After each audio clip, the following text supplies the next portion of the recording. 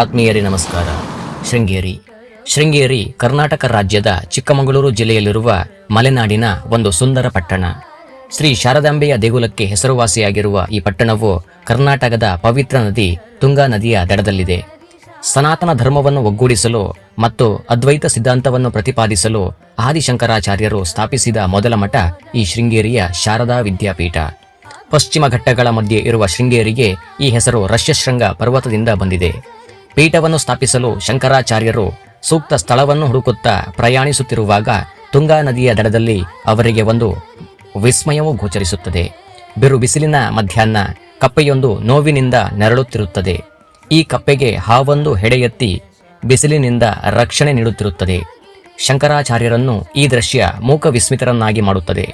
ಜನ್ಮಗಳಲ್ಲೂ ಬದ್ಧ ವೈರಿಗಳಾಗಿರುವ ಪ್ರಾಣಿಗಳು ಒಂದಕ್ಕೊಂದು ಸಹಾಯ ಮಾಡುತ್ತಿರುವ ಈ ಸ್ಥಳ ಪುಣ್ಯ ಸ್ಥಳವೇ ಸರಿ ಎಂದು ಶಂಕರಾಚಾರ್ಯರು ನಿರ್ಧರಿಸುತ್ತಾರೆ. ಶೃಂಗೇರಿ ಶಾರದಾ ಪೀಠ ಎಂದೇ ಕರೆಯಲಾಗುವ ಈ ಸ್ಥಳ ಸುಮಾರು 1200 ವರ್ಷಗಳಷ್ಟು ಹಳೆಯದಾದ ದೇವಾಲಯವನ್ನು ಹೊಂದಿದೆ. ಶಂಕರ ಪೂಜಿತೆ ಶಾರದೆ ಸರ್ವ ಸಹೋದರ